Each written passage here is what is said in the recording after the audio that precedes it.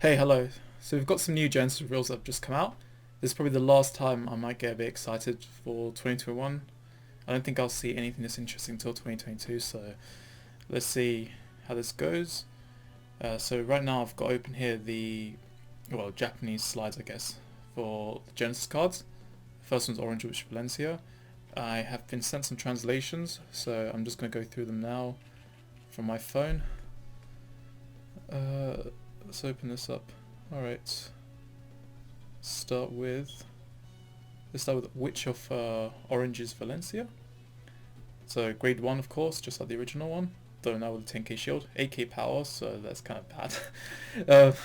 If anyone that doesn't like damage now. But we've got the new V heal, so maybe it's not going to be as bad now.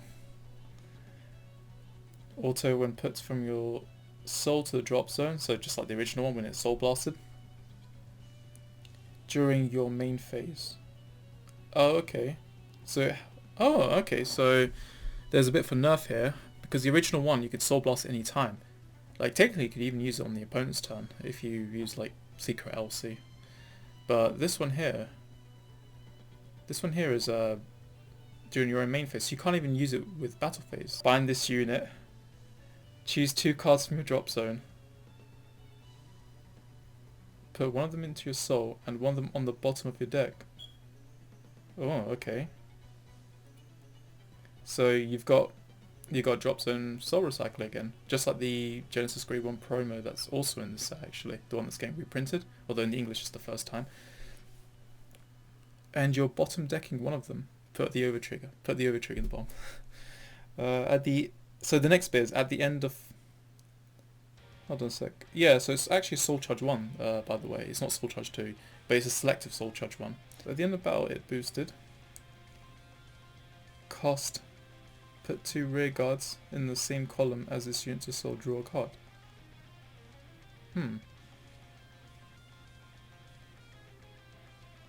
At the end of battle. Okay. So it's a 2 for 1. You get rid of 2 cards in your field. It's a bit for Mirage actually, so it's good against stuff like Link Joker. Provided they're not using Freeze Ray.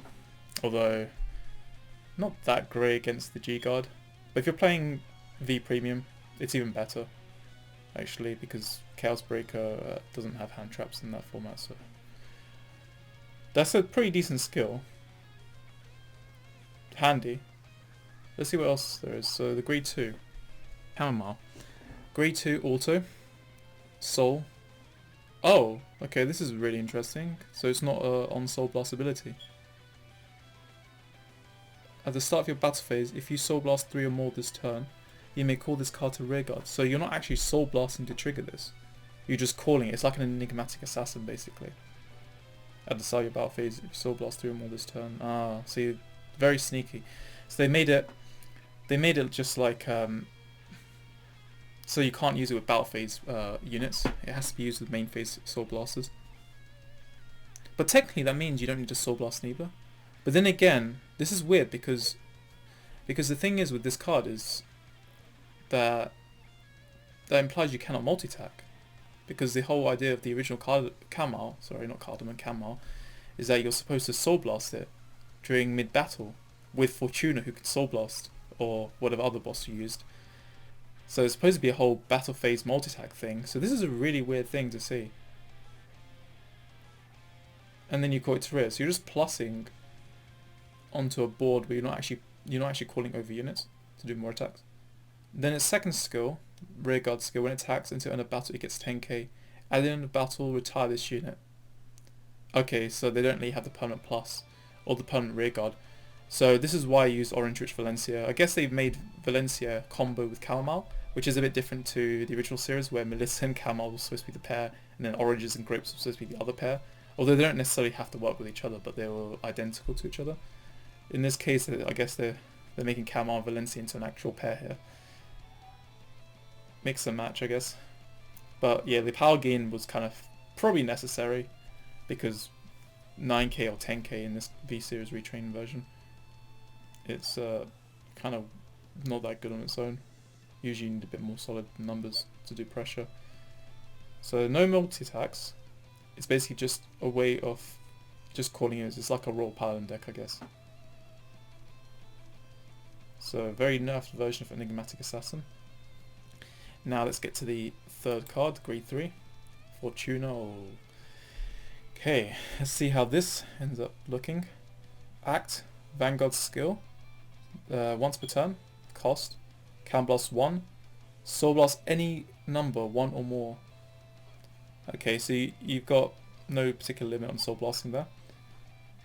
Look at the same number of cards from the top of your deck as the number of cards soul blasted for this cost. It's like Secret LC, except you're not using it for battle purposes. And put them on top of your deck in any order. What is this? So you can basically stack as many cards as you want, in theory.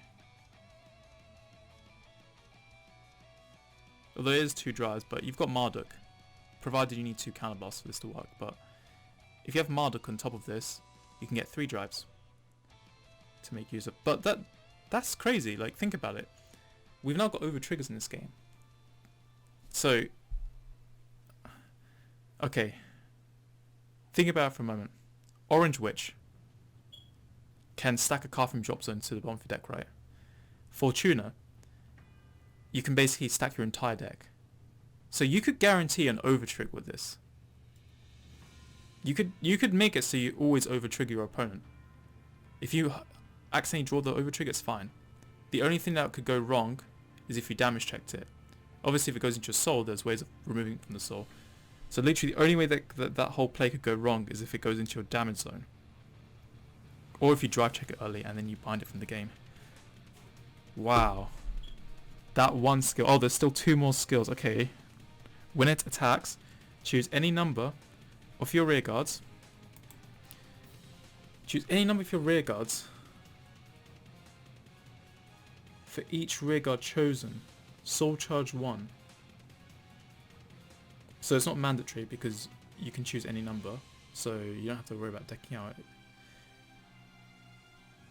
But even then, it's like an engine. So this is a bit different to the original one because the original one could not soul charge cards. That is interesting. Oh my word. Let's see imaginary gift somewhere. Auto Vanguard circle once per turn. When you reveal a trigger during your damage check, you get 1 imaginary gift force. Oh my. Okay, yeah, you're right. I was really not expecting that. That is the most random skill to slap on. Just gaining a gift from a damage check. But that's more of a turn 4 thing anyway. So there isn't too much use with that. But on the plus side, it means you're not reliant on rewriting for the long game. So you can focus your deck more on Fortuna rather than relying on rewriting to other bosses. I don't know. Okay, these are some really interesting abilities. The thing is, as well, that second skill technically means you don't really need Crute as much to be able to do...